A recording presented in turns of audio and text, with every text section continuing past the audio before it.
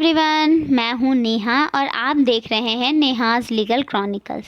तो कल हम लोगों ने कॉन्स्टिट्यूशनल रेमेडीज़ के बारे में पढ़ा था, जिसमें हम लोगों ने रिट के बारे में डिस्कस किया था, रिट के मीनिंग को डिस्कस किया था और हमने देखा था कि हमारे पास 5 टाइप्स ऑफ रिट हैं जो हमारे फंडामेंटल राइट्स को प्रोटेक्ट करता है और सुप्रीम कोर्ट को protector and guarantor of fundamental rights कहा जाता है। तो हम लोगों ने 2 रिट के बारे में डिस्कस कर लिया था ऑलरेडी, जिसको इस वीडियो के फर्स्ट पार्ट में मैंने बताया हुआ है। तो जिन लोगों ने भी फर्स्ट पार्ट नहीं देखा है, मैं कमेंट सेक्शन में लिंक जो है वो पिन कर दूंगी, आप वहां जाकर के पहले फर्स्ट पार्ट से गो थ्रू हो जाइए, तब आपको जो है वो सेकंड पार्ट जो है वो अच्छे से क्लियर हो जाएगा। तो आज हम शुरू करते हैं हमारा थर्ड इम्पॉर्टेंट रिट, जो है रिट ऑफ सर्शारी। जैसा कि मैंने पहले भी डिस्कस किया था कि ये जितने भी रिट है ये सारे लैटिन टर्म से डिराइव्ड हुए हैं और इंडियन कॉन्स्टिट्यूशन के आर्टिकल 32 और 226 में डिफाइंड है। तो जो रिट ऑफ सर्शारी है ये भी एक तरीके का, जो सर्शारी वर्ड है ये भी एक तरीके का लैटिन टर्म है, जिसका मतलब होता है टू बी सर्टिफाइड और टू बी इन्फॉर्म्ड। ये जो रिट है ये सुप्रीम कोर्ट और हाई कोर्ट जो है वो जो जितने भी सुपीरियर कोर्ट है वो ऑर्डर करती है इस रिट को इशू करके अपने इन्फीरियर कोर्ट्स को, कि उन्होंने जितने भी डिसीजंस, जितने भी रिकॉर्ड्स या जो भी जजमेंट उन्होंने पास करी है उन सब को वो हायर कोर्ट के सामने प्रोड्यूस करे। और प्रोड्यूस होने के बाद हायर कोर्ट क्या करती है, जो भी इन्फीरियर कोर्ट के जो भी रिकॉर्ड्स है, जो भी जजमेंट है, उनको देखती है कि उनका जो डिसीज़न है वो इलीगल तो नहीं है। तो हमारे मन में ये क्वेश्चन आता है कि कोई भी डिसीज़न इलीगल कब होगा? तो जो भी डिसीज़न अगर अनकॉन्स्टिट्यूशनल दिया गया हो, पहला तो अनकॉन्स्टिट्यूशनल, अनकॉन्स्टिट्यूशन का मतलब कि कॉन्स्टिट्यूशन के प्रोविजंस को वॉयलेट करके अगर कोई भी डिसीज़न दिया गया हो तो वो डिसीज़न इलीगल होगा। दूसरा, अगर कोई भी डिसीज़न एक्सेस ऑफ जुरिस्डिक्शन में दिया गया हो, मतलब कि कोई ऐसा कोर्ट जो कि कॉम्पिटेंट नहीं है उस मैटर को डिसाइड करने के लिए, वो कोर्ट जो है वो डिसीजन देती है। जैसे कि हमारे पास फैमिली कोर्ट है जो कि फैमिली रिलेटेड मैटर्स को डील करता है, जैसे कि एडॉप्शन, मैट्रिमोनियल केसेस, डाइवोर्स के केसेस। तो ऐसे ही हमारे पास सारे जो कोर्ट्स हैं उनकी जुरिस्डिक्शन डिसाइडेड है कि ये पर्टिकुलर कोर्ट जो है वो इतने अमाउंट तक के मैटर को डील करेगा और इतने अमाउंट तक का, मतलब ये पर्टिकुलर केसेस जो है वो डील करेगा। अगर वो उनका वायलेशन करते हैं तो वो जो है डिसीजन जो है वो इलीगल डिसीजन हो। थर्ड है हमारे पास violations of principles of natural justice. अगर कोई भी डिसीजन प्रिंसिपल जस्टिस के वायलेशन में दिया गया हो, अब violation principle of natural justice क्या होता है? प्रिंसिपल ऑफ नेचुरल जस्टिस जो है इसके भी ये 2 प्रिंसिपल पे बेस्ड है। पहला है नेमो जुडिक्स इन कोशा सुआ, जिसका मतलब होता है कि कोई भी पर्सन अपने ही केस में जज नहीं हो सकता वरना वो बायस हो जाएगा। और दूसरा है ऑडी आल्ट्रम पार्ट्रम, मतलब दोनों जो पार्टी है उनके जो भी ग्रीवेंसेस है उनको सुनने के बाद ही डिसीजन देना, मतलब दोनों पार्टी को सुनना।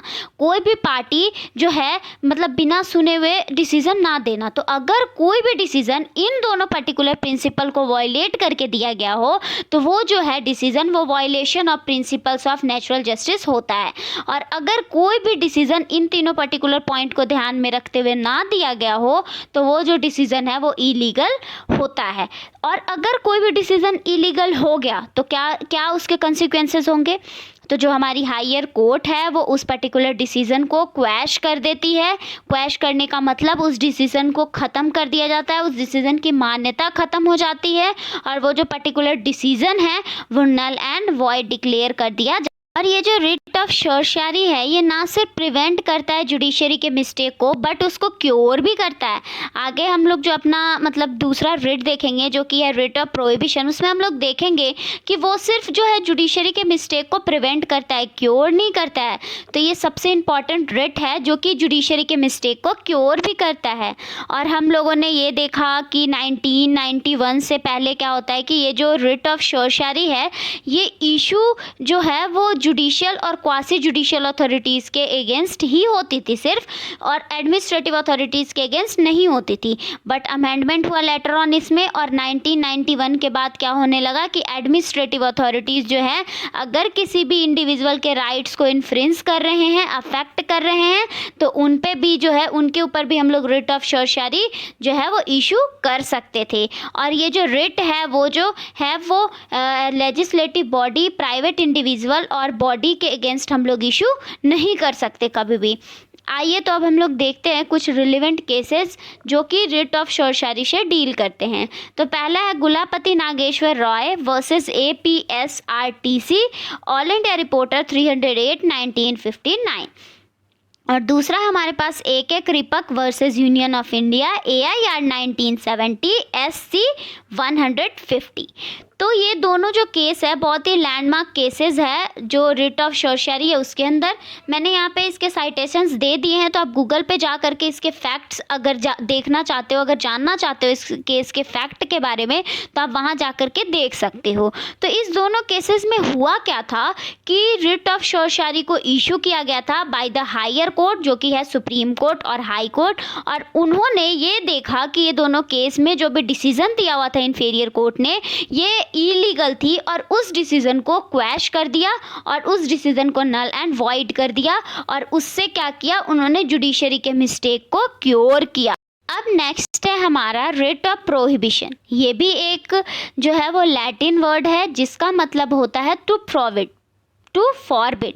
ये जो पर्टिकुलर ये जो प्रोहिबिशन है इसी के मीनिंग नाम से ही पता चल रहा है किसी चीज़ को प्रोहिबिट करना, किसी चीज़ को प्रिवेंट करना।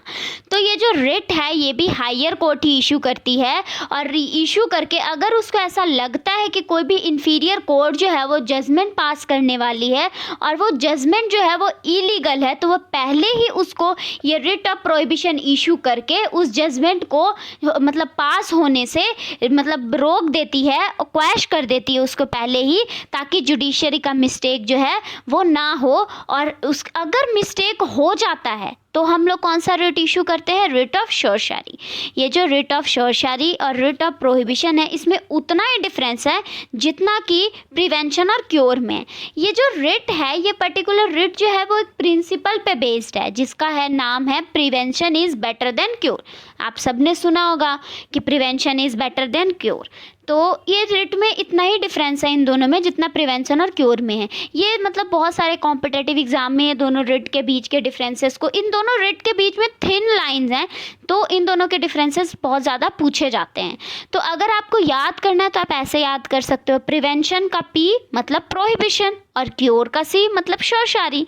तो ये दोनों रिट जो है वो एक दूसरे के साथ कॉम्प्लीमेंट्री चलते हैं। तो जो होता क्या है कि अगर कोई भी डिसीज़न आने से पहले अगर हायर कोर्ट को ऐसा लगता है कि इन्फीरियर कोर्ट कोई भी इलीगल डिसीज़न पास करने वाली है, तो रिट ऑफ प्रोहिबिशन का यूज़ करके उस पर्टिकुलर डिसीज़न को पास होने से रोक देता है। और अगर वो डिसीज़न पास हो गया तो हमारे पास रिट ऑफ शोरशारी तो है ही, वो रिट इशू करके जो हायर अथॉरिटीज़ है, जो हायर कोर्ट है, वो क्या करती है, इन्फीरियर कोर्ट के डिसीज़न को और जुडिशरी के मिस्टेक्स को क्योर कर देती है। और रिट ऑफ प्रोहिबिशन जो है वो हम लोग हमेशा जुडिशियल और क्वासी जुडिशियल अथॉरिटीज़ के अगेंस्ट इशू कर सकते हैं, और हम लोग एडमिनिस्ट्रेटिव अथॉरिटीज़, लेजिस्लेटिव बॉडी और प्राइवेट इंडिविजुअल और बॉडीज़ के अगेंस्ट कभी भी रिट ऑफ प्रोहिबिशन को इशू नहीं कर सकते। आइए अब हम लोग देखते हैं इसके कुछ लैंडमार्क जजमेंट। पहला तो है कि Brij Khandelwal versus India, AIR 1975 Delhi 184। और दूसरा हमारे पास Manushampa and sons versus custodian evacuee property, AIR 1962 SC 789। इन दोनों केस में जो सुप्रीम कोर्ट है, जो हाई कोर्ट है, जो हायर कोर्ट है, उन्होंने क्या किया था, रिट ऑफ प्रोहिबिशन का यूज़ करके इन्फीरियर कोर्ट को रोक लिया था कि वो कोई भी इलीगल डिसीजन जो है वो पास ना करे। मैंने पहले ही बता दिया हुआ वीडियो में कि इलीगल कोई भी डिसीजन इलीगल कब कब होगा, पहला तो अनकॉन्स्टिट्यूशनल बेसिस पे, दूसरा एक्सेस ऑफ जुरिस्डिक्शन में, तीसरा है हमारे पास violations of principles of natural justice. तो आई होप आपको क्लियर हो रहा होगा जो भी मैंने मतलब आप पीछे जो भी वीडियोस में बताए हैं।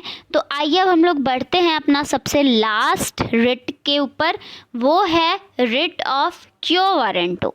ये भी एक तरीके का लैटिन टर्म है जिसका मतलब होता है बाय व्हाट अथॉरिटी और वारंट। आइए हम लोग इसको ना एक एग्जाम्पल से समझते हैं।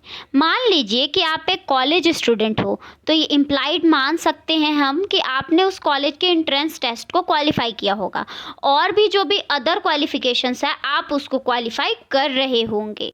जैसे कि आप अगर BA-LLB के स्टूडेंट हो तो आप क्या हो कि आप 12th पास होंगे, आपके पास 12th की क्वालिफ़िकेशंस होंगी। और अगर आप LLB के स्टूडेंट हो तो ये इम्प्लाइड है कि आपके पास क्वालिफ़िकेशंस होगी, आप ग्रेजुएट हो। अगर आप ये सारी चीज़ क्वालिफाई नहीं करते हो तो आपको उस कॉलेज से निकाल दिया जाएगा, यही होता है। तो इसी प्रिंसिपल को फॉलो करता है हमारा ये जो रिट है क्वा वारंटो है वो। ये भी रिट जो है वो सुप्रीम कोर्ट और हाई कोर्ट जो है वो इशू करती है और क्या करती है, प्रिवेंट करती है कोई भी illegal usurpation of public office by a person. मतलब कोई भी पर्सन जो है वो इलीगल तरीके से किसी भी ऑफिस को होल्ड ना करे, इस चीज़ को ये प्रिवेंट करती है। ये रिट को इशू करके जो हायर कोर्ट है वो बेसिकली क्या करती है कि वो कोई भी पर्सन से पूछती है कि वो किस अथॉरिटी से उस पर्टिकुलर पोस्ट को होल्ड कर रहे हैं। अगर उस पर्सन के पास सर्टेन क्वालिफिकेशंस नहीं होती है उस पोस्ट को होल्ड करने के लिए तो उस पर्सन को उस पर्टिकुलर पोस्ट जो है जो रिमूव कर दिया जाता है। और ये जो है ये प्राइवेट ऑफिस के केस में हम लोग इस रिट को इशू नहीं कर सकते। ये रिट जो है वो only in the case of public office के केस में हम लोग इस रिट का इशू कर सकते हैं।